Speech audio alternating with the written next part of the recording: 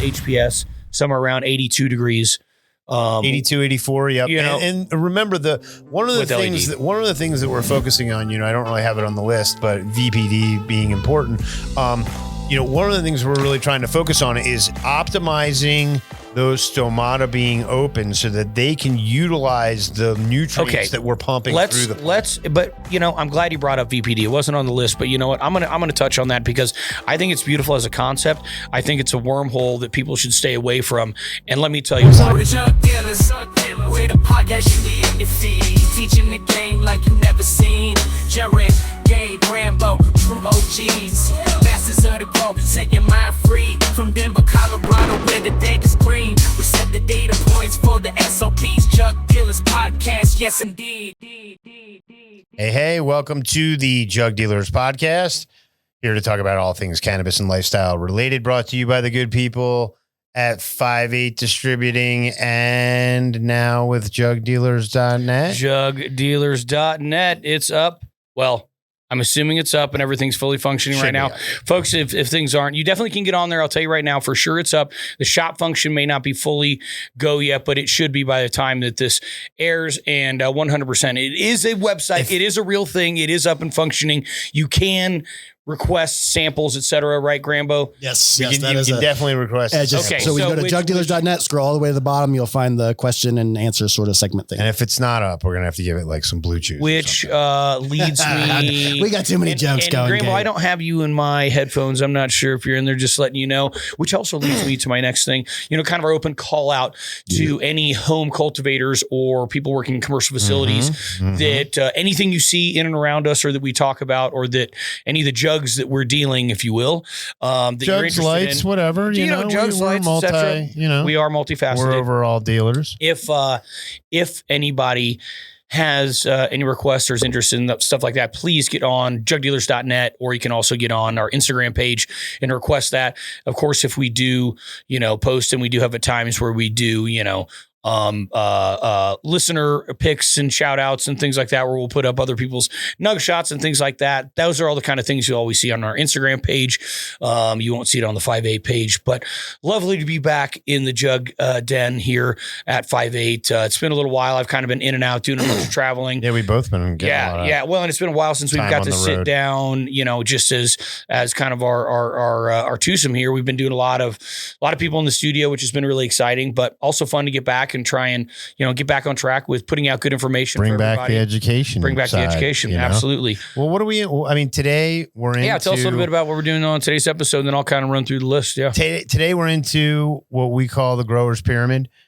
Some may, I think it's upside down. You think it's right side up. Either way, it's a level of importance that we kind of look at, as far as nothing below overrides the thing above it. And I think that's one of the more important things. Why don't you break down that list for our viewers so they know what to expect out of this episode, and then we'll dive into each topic. We'll flip back and kind of do everything. So for the record, I do like it being inverted like that, because I do like the hierarchy aspect of it. Yeah, it's the most important. So it takes the most important and goes down. And even us being jug dealers, you might look at it and go, well, let us explain. Right. Mm-hmm. Okay. So that inverted pyramid, a lot of people have heard me talk about it, whether it's here, even on, shout out to the Do Grow show. I've talked about this before, but the hierarchy of importance for high quality cannabis production. So number one and number two, in that inverted pyramid, I put as lighting and environment. Now, some people would say the same, is a part of environment. I kind of time in one and two. It's such a big category that I give it two slices, 100%, and basically tie it. I agree completely. Lighting, environment, and then genetics, then cultivator, and then nutrients. And, people are always surprised that the nutrients is at the bottom. Well, right. Especially when you're dealing jugs like we are. Well, I'm here to tell you folks, and I'll look directly in the camera and say this. I sell incredibly high quality, amazing nutrients, but there is no silver bullet in our line or anybody else's line. There's things you can do to reduce abiotic and biotic stresses, something like, Slicium, which we like to call our liquid insurance. But in reality, there's no silver bullets. If you're overwatering or you're giving it a bad environment, everything else. You can't just use good nutrients and expect these things to be taken care of, right? So, and that's where the inverted makes sense, because as you get down to that funnel, and you see that at the bottom, the nutrients is like this little tip, realistically, you could be growing with us, you could be growing with any other number of brands, like we like to point out. A lot of times we'll get in arguments with people over the fact that plants don't know the difference between NPK, and in a lot of aspects they don't. Where it makes a difference is us as the end consumer, like we say, as far as eating grain-fed cattle and grass-fed cattle, I could feed a blind man that stuff and they would be able to tell the difference. And so that's where we quality step into and quality that. out. But quality and quality out. And the reality is you're going to grow decent looking plants with a lot of other nutrient lines if you have great lighting, great environment, and great genetics. Right. You know what I mean? That's where you got to start. And then you're getting down to the minutia. Right. You know what I mean? And I do like to point out that, and without sounding crass, if 1 through 4 is not put together, if light, environment, genetics, and cultivator is not put together, you might as well just pee on your plants, because you will not see the difference. You could use New Millennium or whatever you want. It doesn't matter. Well, and I got to say, you won't see a difference. You won't see a difference.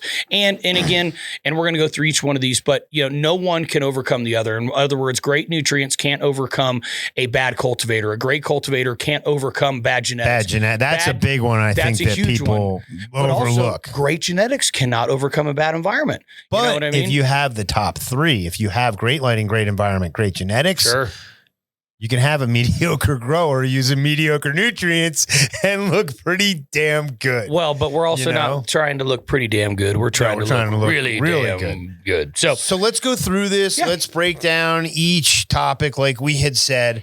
We'll kind of dive into some things. A lot of this is educational for everyone here. Jaron and I have used a lot of these processes and practices, either in the tent or in, 50,000, 100,000 square foot buildings. I think we have a lot of different input when it comes to these things about what we like, what we don't like. But realistically, let's start with lighting. For us, a lot of times the choice has been HPS or LED. Now, in that respect, most people who are going at home, LEDs have been around long enough that you got a lot of people who've never even used them before. But for someone like myself, who's been doing it for almost 30 years, we started with street lamps. We used single-ended bulbs that were ducted. We used all kinds of different things, in which there was a really long time in there where, a pound and a half of light was the standard. Everybody was pretty happy with that. We did pretty well. Pounds were also $4,000 a pound. You know what I mean? Plus, so it made, it was a lot different time. As we've seen, our good friend Jair was very much involved with the DE, which revolutionized but the that's practice. Still technically an HPS, high intensity discharge. But a lot of people weren't using them in their basements. This was this is a high bay for tulips, for chrysanthemums, for viney stuff. Yeah, tomatoes, indeterminate tomatoes and cucumbers, things that were. I mean, really in practice, they're hung typically 20 feet or more in the air, 100%, and with a very widespread. It's a supplemental light, so that was light, and that was technology that was brought over. That was well used in standardized technology. In that world that was brought over by Kavita and Jair. When we first saw it in the big buildings, we were like, "What the hell are you? You're not ducting that? Like, what are you doing?" Because people were also going, that was, in the big reflector days. That was in the Raptor days, the triple XLs. And stupidly enough, we were actually cooling down those bulbs and getting into a non-optimal operating temperature. So we weren't even getting, we were operating at 15 or 20% lower than that bulb actually could have and should have output, based on the fact that we were ducting them. But again, but alas. And then you have the LED, which came along. Originally we saw the black dogs. Sure. A lot of it has changed over the years, but it's really made it so that the indoor home grower has been, and not for nothing, the tent which is a contained. Exactly. Well, it is a contained environment, but let's not get too caught up. At the end of the day, what I would say, there's a line in the sand. It's basically HPS or LED. It can get more complicated than that. Obviously, single-ended, double-ended. There's a variety of different things that are available in LED, whether it's spectral control, things like that. But that is the line in the sand. And I would say the biggest difference is with your commercial style high bay HPS systems like a Juul these days. Those are meant to work in conjunction with each other. LEDs, your spider style LED specifically, not necessarily your high bay like an Apex, but your spider style drop like a curtain. They don't work well with each other. They don't have optics to work with each other. Drops like a curtain. Excellent for tents, as you mentioned, or multi-tiered. Multi-tier. I mean, look, our high bay is pretty sweet. The one thing that we want people to understand is, the response that you're going to get from a plant that is elicited by a gas-powered bulb, as opposed to most of the LEDs that you're going to see are a mixture of reds, whites, and blues. They do a certain ratio in which, from what we've seen, too much red is one of the things that causes that bleaching. And understand too, folks, not only what bin number the LED is taken from, things like that, which I don't want to get a whole lot into that, but also discussed, different colors do cost different amounts. Exactly. So that's going to affect your mix a bit as well. That's why one of the reasons you saw a lot more, pretty red early on, because red puts out a lot of outputting compared to blue. That's more of a science thing, folks. Not necessarily. We don't make the rules. Well, and what we'll see too is we'll see people use a cheaper diode. Yeah. Put more of them in there, sure, and then overdrive it with the driver. So there's a lot of different things going on, but I guess the big takeaway is, you want to focus on, as far as that lighting, you want to focus on the spectrum, you want to focus on the intensity, because as we usually say, the food, per photosynthesis, is light. Food is light. A lot of people think the food is nutrients, but again, it's not. And that's really, why it's at the bottom of the pyramid again. It's structure. Nutrients are structure. Light is the food, because again, remember, folks, plants are heterotrophs. We're heterotrophs, right? We have to seek our own food. Plants are autotrophs. They make their own food. They make their own food. And that's one of the reasons that I look at them as being so highly evolved, in that way. And again, without plants, there would be no terrestrial heterotrophs. There would be no terrestrial mammals. There would be no terrestrial animals at all, because we needed that food source to get out of the oceans, essentially. They don't need us. We need them. They were here before us, so they'll be here after us. And they'll be here after us. Yeah. And then last, but certainly not least, and I know we beat people over the head with this a little bit, but it is worth mentioning, degradation LEDs is a real thing. Degradation in all fixtures is a real thing. Well, it is. The only difference is with the HPS, you can put in a new bulb. And so those units were literally originally meant to run for 20, 25 years. In which we still see ones that are that old. It's amazing. Whereas most LED units, and people are not going to want to hear this, most of them are going to get to where they're crossing that cost benefit analysis from replacing them in 3 years. And you're going to 3 years typically. What are you going to do with them, Jaron? Well, they're end of life. And what you have to replace them. They end up in the trash. So they end up in the trash. They end up in the trash. I mean, that's okay. So we were sold this 10-year. I want everybody to be very clear about that. We were sold these as a 10-year lifetime to grow plants. The reality is they'll turn on and off for 10 years. I'm sure most of them. That's what the warranty. But you also got to realize that's in lumens is just, that's for humans. That's about brightness. That has nothing to do with par. So even if these lights do still look bright, they are definitely degrading. Some of the cheaper ones up to 20% per year. Any shipbox LED out of the box, good, bad, and everything in between, is going to do pretty dang good out of the box. And that's where we see those cost differences. Right. But so higher quality, you're going to see less degradation. You're only going to see, out of our highest quality ones, the Apex, 1% per year. And then with the spider style, you're going to see, more like 2 to 3%. Whereas we're seeing a lot of our competition. I'm not here to call anybody out. Pull the meters out yourself. We've seen people with like, your good friend out in Michigan that, we don't necessarily have to mention, but I know at some point I think he's going to come out 15%, 10 to 15% per year. So something we wanted to talk about. And just by the way, one last thing I'll say about degradation, and nobody liked to mention this. Every one of these LED companies, whether it's Cree, whether it's Osram, whether it's Samsung, they actually advertise their linear degradation rate. Because remember, an LED is a light emitting diode. What happens when you push electricity through plastic over time? It degrades. It changes, whatever else. Okay, so lighting, which again is tied right into environment. And again, lighting has and I was going to say, to be fair, this is, I'm not saying this grower's pyramid does not apply to outdoor, but this is focused on indoor right now. Obviously, that is a good point. Lighting is completely different if you have the sun involved. All these other things are different, but we are kind of just focusing on indoor. I would say it could be applied all the way up to, environmentally controlled greenhouse. 100%. But when you're talking about outdoor, we know all this stuff applies, but it's just in a bit different way. So in our environment, what it encompasses is really temperature, humidity, water source, your CO2, your day and nighttime parameters, and your media and substrate.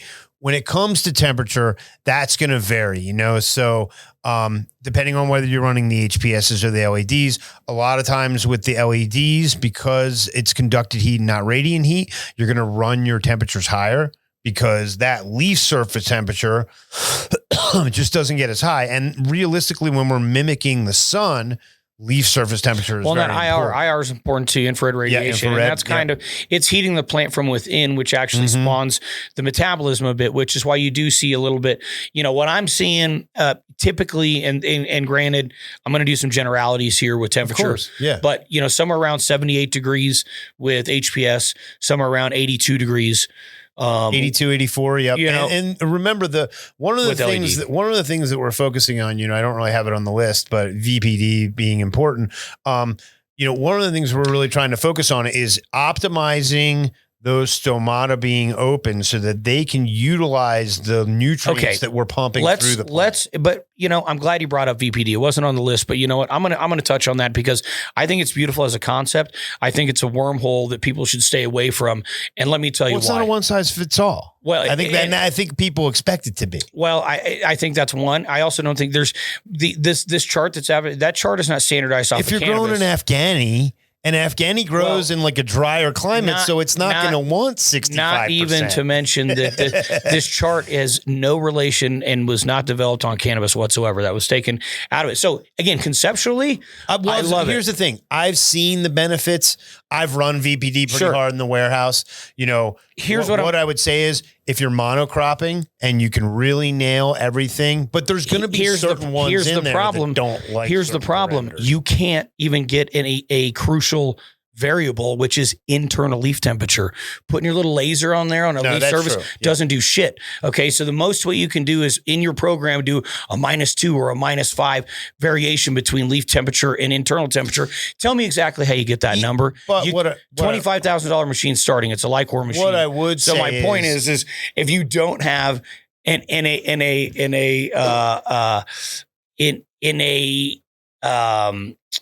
situation like that, if you don't have all the variables, you can't get an accurate answer. What I would say is a plant is going to transpire better at 55% humidity than 30% humidity. Conceptually, it's beautiful. It's what it's saying is, how do I maximize transpiration? And to do that, you have to keep your stomata open. Yeah. So if you've got too dry a situation and now you're overwatering, you're not keeping that pipeline open, right? Because plants aren't sucking water up. It's a passive situation. Well, we don't want this action. Right. We don't want this action. Right. And that realistically, when we discuss environment, that's what we're trying to avoid. We want consistency.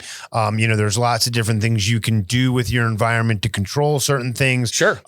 4 degree temperature variance between day and night really helps control powdery mildew. Not only that, but if you're messing with direct temperature variation, if you have a bigger one, you're going to get more stretch. If you have less one, you're going to get less stretch. Yeah, you can like I was saying with that at night, when you get to, you can actually have it where, decision definitely helps with this, and I can attest to that because I use it. But also run high when you get your plants to the height you want. Run higher temperatures at night. The next couple of days, it actually stops that. It's going to help stop it. Yeah, it's going to help stop that stretch. So there's ways to manipulate it. And again, certain genetics are going to react differently. Like I say to everybody, know your cultivar. As far as humidity goes, you want to keep that consistent. You really don't want the spikes. Not only do the spikes contribute to powdery mildew issues and stuff like that, but they actually contribute to hermaphrodization as well. Yeah, no, they definitely can. especially when you're running a chem or something like that. You know, that when you start seeing those nuts down low, right, you really want to be looking and being like, hey man, I might be getting some temperature, I might be getting some humidity spikes, because as soon as you see those things, you know, I've seen it from experience. All of a sudden you go look in your charts and you're like, man, I'm getting a humidity spike at like 5 a.m. for like an hour or two. Sure. And generally, you know, if you have the ability to track those things, that's where you're going to get it. That's where you're going to get it. And that's going to lead to a whole menagerie of problems that you're not even thinking about because you're not there. You're not seeing it. The other thing, water source is very important. We could do an entire episode on water source, you know, as far as, are you running RO? Are you dechlorinating? Are you doing any of those things? You know, that stuff's very important. You know, there was a guy last year I bumped into who had like a iron-eating bacteria in his water, you know? So, definitely. Or so he said, I don't know. Yeah. Well, he tested for it. Now, whether it was doing what he thought it was doing, not sure. CO2 is another big one where you're, well, here's the thing. Let me like, first off, again, I think so many of these things people are trying to do and think about before they're even figuring out everything else, even growing healthy plants. Somebody that comes in and goes, oh, I want to run CO2 before they're just getting a stable temperature and humidity in their environment or for another one, VPD. Oh, I want to know VPD. There's not even instrumentation that we have that accurately gives you VPD. And I've seen a lot of people go down that rabbit hole and they're not even doing pruning and shit like that correctly, you know? So keep in mind some of these things. I really think the most important things, you can throw CO2 out the window until you really have your environment actually locked in. And if it's not sealed anyway, you're going to be at ambient, which is 420 ppm anyway. So to me, CO2 is viable in a commercial situation, but at home, I wouldn't worry about that shit at all, in all honesty. And then really, I think your day and night parameters, I really agree with you on that. One is a manipulation technique. Two, I think when you actually like keep that really stable and don't allow those swings, those spikes, that and really if people are even looking at like what's the pulse or whatever, that's what I'm thinking of. And that it has VPD on there, but what I really look at, I actually take that off because it's all over the place. You know what I mean? It's very conceptually, it's great, but I would look much more at humidity and temperature and understanding the relationship with that. And you can even throw dew point, you know, in there as well, especially when you talk about, you know, PM and whatnot.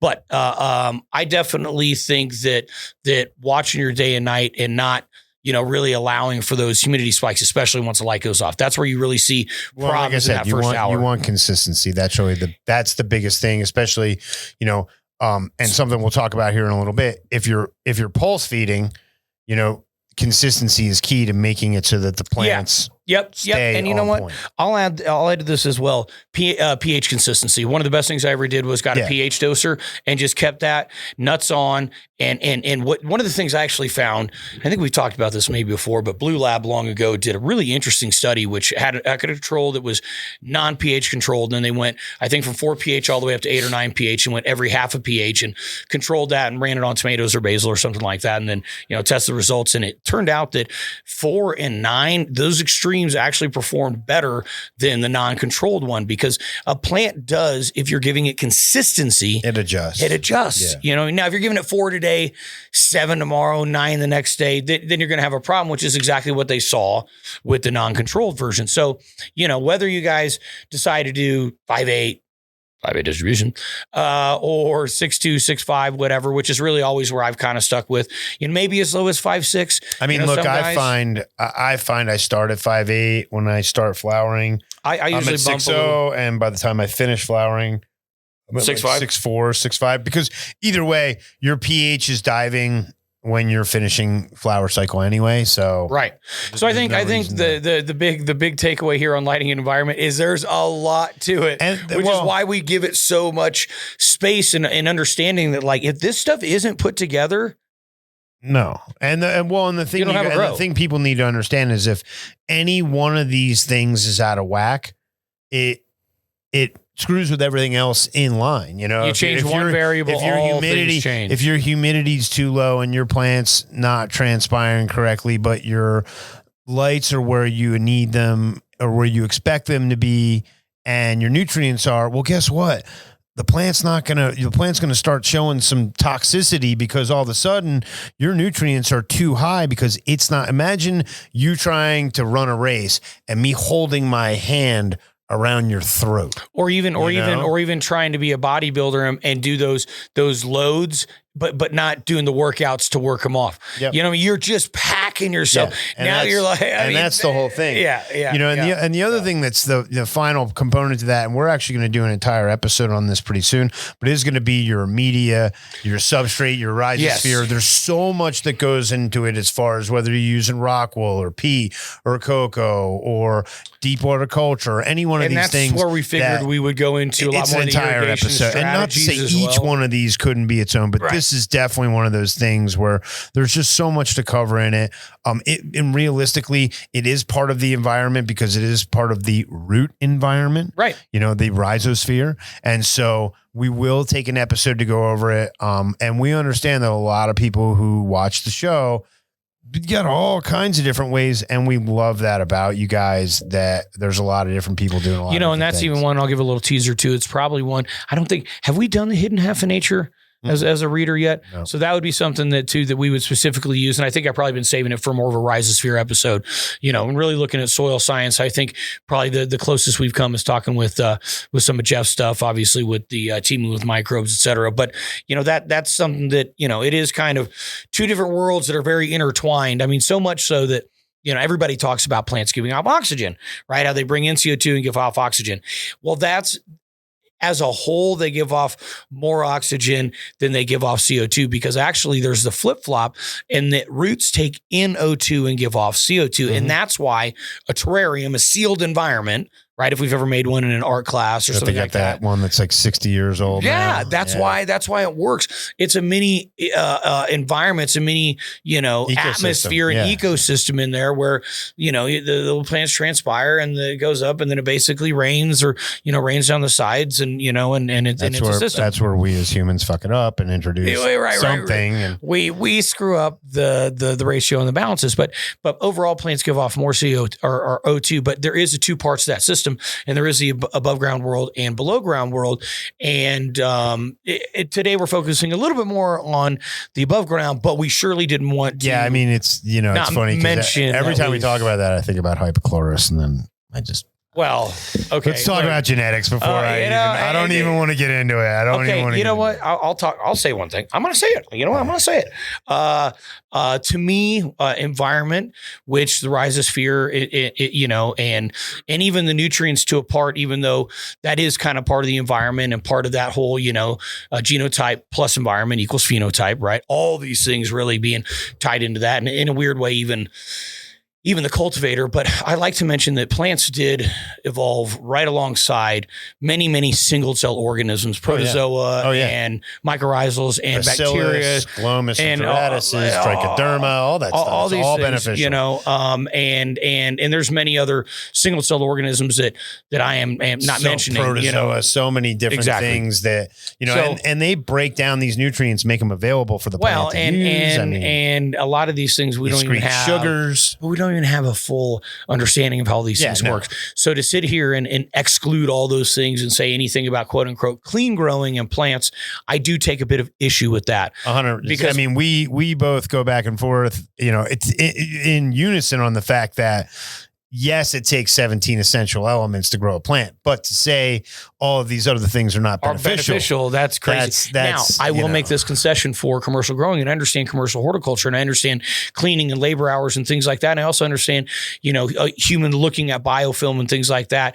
They're not the prettiest things out there, whether plants love them or not. Dirt ain't clean. So, it's not, but I also say, dirt's inert and soil's alive. You know what I mean? This is what it is. So, but again, we've also made some of these concessions with Scietetics, things like that, cleaned up some stuff and understood that, some of these things that don't run super clean through irrigation, we've had to, even Fulvitech versus Ruby, you know what I mean? So there's a lot of things. I mean, it's not that we don't understand, but the whole clean thing, I take a little bit of issue with. I mean, that's why we'll have an episode to go over it. So, we can dig in.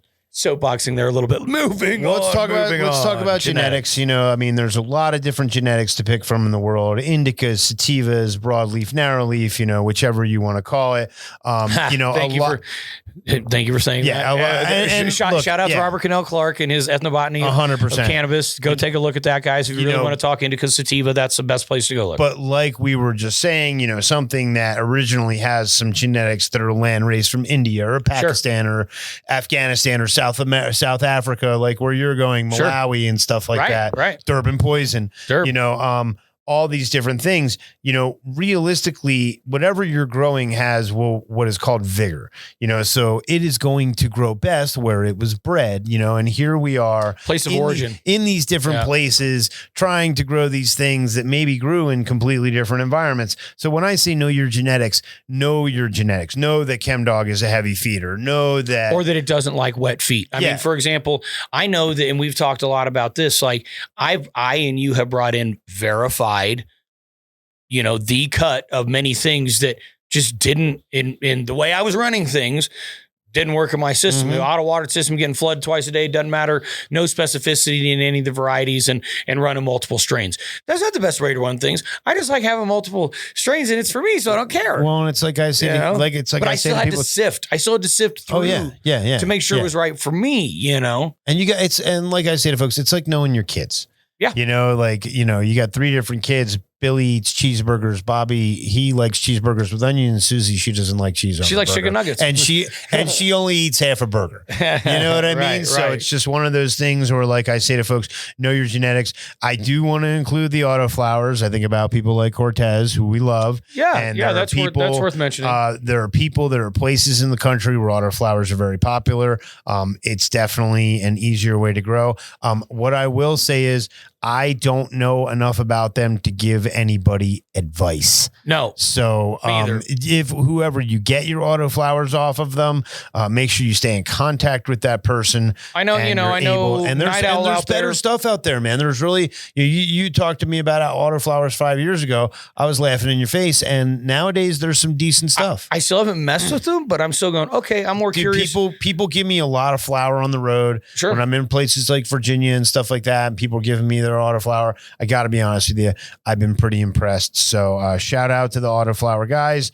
And if you're holding it down, bless your heart. So, you know, just rounding out genetics very quickly again, does it like light? Is it a heavy feeder? Does it like its feet wet? Does it not? You know, also knowing something like, Cushman's runs well with Mac 1 or something like that. SFV likes to be scrogged, you know, all these kind of things, all the rest of that stuff. And again, spend some time with it. You know, we always encourage people to, read books like Secret Life of Plants and stuff like that. Don't just get in your garden, get into your garden, be a gardener, you know, and that's the best way to know your genetics. And it is. And that's where Cultivator really comes in, right? So if you got good, strong genetics, with Cultivator, the obvious one right off the top, right, is experience. How much experience do you have? And I don't want this to be a big D contest, you know, where it's like, I've been doing it for 15 years. I've been doing it no. But like, have you had some trials and tribulations? Have you been through some things? You know what I mean? So, bro, I tell people all the time, I've done it for 28 years and the plant still blows my mind. I'm still learning. I still see things where I'm like, that's the first time I've ever seen that. That's amazing. But in one word, right, cultivator experience is a huge thing. And even that kind of rolls right into irrigation strategies, you know, doing dry backs or just different types of irrigation styles or different types of growing styles. You know, I mean, I've done soil, I've done cocoa, you know what I mean? I've done fully irrigated, I've hand watered, you know what I mean? I've done a little bit of this and a little bit of that. And that just helps for what we do to just have a better idea of, you know, kind of what's going on, you know, and even things like big plants, small plants, you know, we came up in a plant count zone, right? Yep. Why did Colorado grow really big plants? Because they said you could have 6. And we said, okay. Yep. Cool. I'll make them the 6 biggest plants you ever seen, a 17-pound plant. Got it. Right. And I also think with that experience, like honestly, just letting plants be plants, right? We talk a lot about being oil farmers. So number one, knowing what you're even growing for, that's part of the experience. You're growing for hash, you're growing for flour, you're growing for both. And at the end of the day, really, it doesn't even matter. Really and truly, we're still growing for oil, even if we consume it with the plant matter, right? Now, there is certain things like with people in extraction techniques, which we obviously have gotten into quite a bit in the last few episodes. It's going to matter whether you like a certain type of trichome or a certain type of oil or whatever, right? But at the end of the day, really, we're oil farmers, right? It's like talking about your strawberry. Strawberries, not talking about the strawberries themselves. I don't give a hell what that strawberry looks like. Your blind man just cares how it tastes. And I don't care how big the plant is. I want to know how it tastes. You give me a delicious strawberry, I'm eating the second one. Well, there you go. There you go. There you go. So, being smart enough to letting plants do their things. Oh, a leaf looks a little bit messed up. Take it off. Yep. Don't freak out about it. Don't go, oh my God, I've got a deficiency. Now, that being said, use the tools we've shared with you to be like, oh, it was in the middle of the plant. Maybe it was magnesium. Take a look, but don't freak out. But don't lose your mind over and there is, it sheds a bit the whole time. That's absolutely part of it. And again, I think that one of the biggest things that people do is just mess with their plants too damn much. We're plant janitors, right? We're room managers. We're making sure the environment's there and everything's there so that a plant can do its thing. Because again, they're autotrophs. We're heterotrophs. That's really the thing. That's the takeaway. Setting them up to win. We're just here to make sure. And the experience of knowing that this is part art and part science. Because it is. And you're going to see so many people out there. I mean, they're, from working with those guys, Jake and Sam on the grow off, I have definitely seen that you can have 44 different cultivators produce 44 different phenotypes. But it's a true definition. In which some cases phenotype. You're like, how is this the same plant? Oh, there was a couple ones I was like, this is almost you're like, impossible. you sure we got the same clones?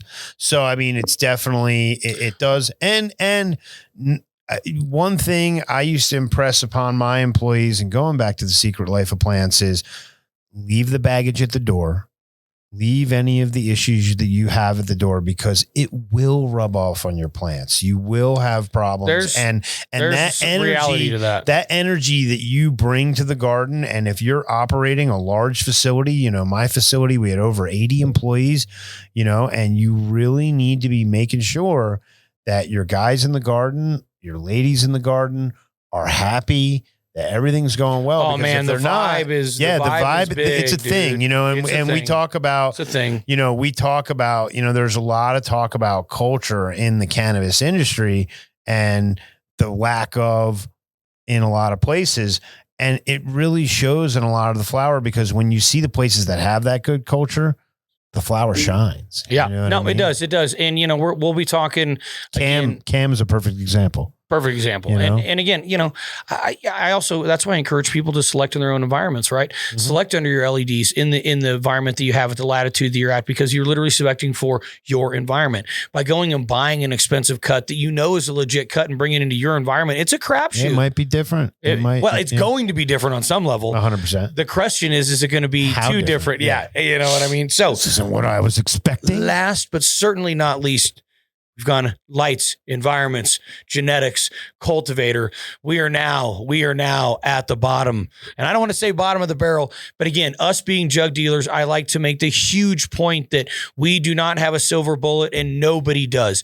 If you have 1 through 4 together, you can use high quality nutrients like New Millennium, like Scietetics, like Plagrant, and get the results that you want. When it comes to which option you decide, it really depends on your goals, right? There are certain things like, even Plagrant. Well, it's a substrate specific, very basic AB straightforward line, very similar to Canna. Okay, Dutch style, no problem. For a lot of people, that's very comfortable.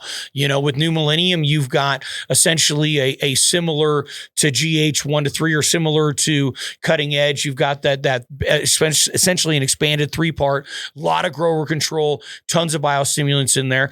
Then you've got Scietetics, which is going to be more geared straight up for the commercial market to run clean and irrigation, has some of the things that would get too chunky and in the colloidal clays and things pulled out to run through. So it's really like, what are you doing? What's your goals? You at home, you commercial. We truly have all the options, but nutrients really, really, once you get there, and I can attest to it, right? Early on, when I didn't have my environment as good as it should be, or I didn't have as good a source to good genetics as I'd like to, there was a lot of variation in quality of the crop, right? So until I got that all put together and was really able to put, and I'll tell you dead on, like first time I used New Millennium, it proved itself to me. I went, holy shit, this is the best weed I've ever grown in my life. You got forced into running. After winning a Cannabis Cup with a different nutrient line, you got forced into running New Millennium. Saw the same thing. Went, holy shit. You know what I mean? No, it definitely. I mean, I encourage people. Here's what I say. I encourage people to step away from the program and try a lot of different things. Not just, hey, go try New Millennium. Yeah, go try New Millennium. Hit us up on the site. Hit the Jug Dealer. Say, hey, I want to try New Millennium. No problem. But try it against your stuff. Try it against something different. Go try any other brand. Try it in conjunction with your stuff. I think that's one of the things. I had a guy put on winter, whatever you're using. I had a guy come to me last year and he goes, I was using the other line.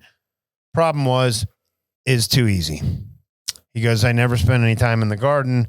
Girlfriend's starting to get pissed off at me because I'm around too much. You know what I mean? That's the first time for me. I've never heard that. I'll be honest with you. Never heard that one. That was our boy. That was our boy Matt from Hydroculture. Okay. And he's like, look, man, the girlfriend's starting to get a little upset because I'm around too much. I'm not spending enough time in the garden. He's like, it's easy, but it's too easy. Back to hand watering. And so he started using the Scietetics line with some other stuff, started goofing around, and he's getting amazing results. But that's one. Girlfriend's happier. He's getting great results. That's one of the things is that's important. It really all the ladies are happy. Well, it just depends on how much time you want to spend in the garden. But again, going back to Cultivator, previous to us, the more time you spend in the garden, the more those plants are going to give that response because they're like, hey, this dude loves us. We are not a commodity. Right. This dude loves us. This loves us. Because we're not just being butchered. He spends time with us. And I do think, when you have a solid irrigation and nutrient strategy, it allows you to do the things like super cropping, like plant training, like pruning. I like to say to people all the time, early on, I think it's really important to hand water to force your face in the plants so that you see problems, before they're out of hand. Mm-hmm. As you mature into your growing life, if it's something you want to keep doing, getting some irrigation and some auto watering in there, I think is a great idea because it does allow you to take that time that you were watering to now focus it in on pruning and really what I like to call the horticultural work, the plant work. And what I like to say, the kid who used to work for me at Grassroots, Austin, he was real good about this, but take notes.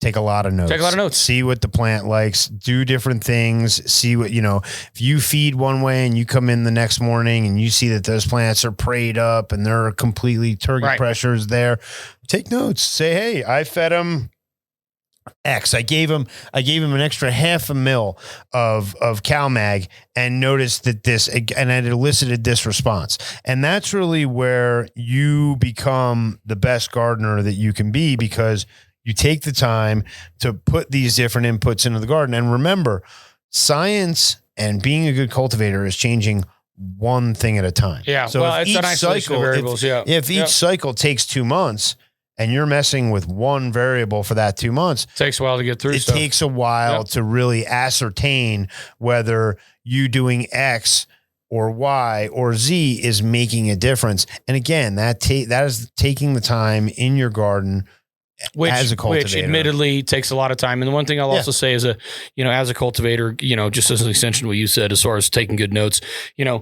be careful to not freak out too much on a couple of leaves that have gone 100% awry, whatever. Don't go into this whole like, oh my God, we've got a deficiency. Write it out, see what happens. Take a note about it. If you pull them off and it keeps happening, maybe in which, like, we would encourage you, go check your pH. Go check your EC. Go check all this. But don't freak out. Still let a plant be a plant. And I also say, if you are doing any kind of diagnosing, just remember you should be diagnosing off of signs and not symptoms. Symptoms are the expression of what's ever happened. Sign is something like the insect itself, frass, plant tissue analysis, something like that. Symptoms is, the plant turned yellow, or the leaf turned yellow, or it's whatever, or there's mottling, or there's interveinal chlorosis. That's symptoms, right? Symptoms are general responses. So again, had the experience and after the fact. So to your point, take good notes. Do something different the next time because it's already happened. Even one yellow stripe on a corn leaf is already that ship already a documented crop loss that you can get insured. Because I already know it's not going to get when maxed. you see the purple stem, you know that either we're not even going to say there's a FOS deficiency because we know there's not a FOS deficiency. Right. We know that it's probably not available, which means that your pH. Yeah, there's phosphorus there. Like I say to people almost every time, I'll bet you at least $20 if you see purple stem that your pH is below 5.7. So very soon, you guys, and I do think it'll be actually the next one. We're going to get a few more of these like doctored up and actually get back to some of our old structure as well. Kind of get some of our, we want to get a little more, listener interaction. If you guys have any specific questions, please hit us up on the Instagram. We love the questions episodes. So we'll start wrapping those into some of our episodes. I think we'll do a Rhizosphere one next time around. If you guys have any ideas for episodes, we'd love for you to shoot those over as well. We are always open to new ideas. You got to feed this beast, and the interaction we get, we truly enjoy. And remember to go watch our Elements episodes. We've gone into depth on all that. We've discussed a lot of these things, so you can go back. You can kind of take notes, review some of the stuff. We try to cover it as comprehensively as possible. So that way you have a little bit more of an understanding, again, understanding where they come from, helps you understand what they do and why they're important. So again, we love you guys. Thank you for listening. We love having you watch. Just remember also www.jugdealers.net. Go ahead and find us there. Hit the subscribe button. Appreciate you guys. Thank you for listening. Until next time from the Jug Den, we'll see you